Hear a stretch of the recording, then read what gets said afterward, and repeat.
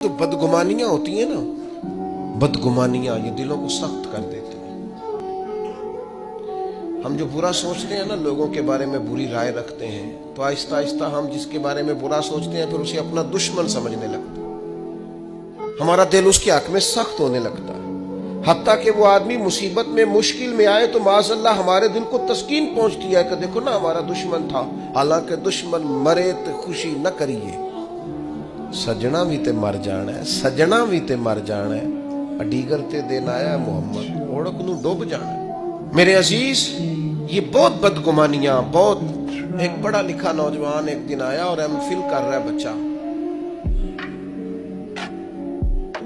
وہ اماں نے باتیں اس طرح کی بتائی ہیں کہ وہ سارا ماحول ہی گڑبڑ کر دیا۔ وہ کہنے لگی جادو کرا کرا کے، تویز کرا کرا کے ہماری چچی نے اور ہماری فلاں نے اور ہمارے فلاں نے ہمیں آگے بڑھنے ہی نہیں دیا۔ پڑھا لکھا نوجوان ہے اور وہ یہیں تک الجھا ہوا ہے۔ کیا مذاق کرتے ہیں آپ؟ اس طرح بھی ہوتا ہے، اس طرح بھی قوم میں۔ اور وہ بیچارہ، یعنی چچی کو دشمن توڑی نہ ہوتی، چچا باپ کی جگہ ہوتا ہے، لیکن اس کا لہجہ اتنا غلط تھا اپنی چچی کے حق میں کہ وہ اس طرح کے پڑھے لکھے نوجوانوں کو یہ جملے زیب نہیں دیتے۔ ہمارا عجیب انداز ہے، ہم نے اپنے بچوں کے ذہن پکے کر دیے ہیں۔ تم نے بڑا آگے جانا تھا، تویزوں کی وجہ سے پیچھے رہ گئے۔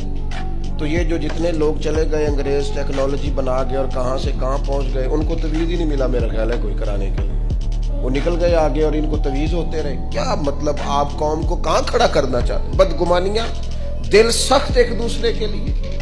مہربانی کریں ذرا تھوڑا سا واپس آئیں اپنی اصل زندگی میں، جو اسلام نے سکھایا ہے اس پر غور کریں۔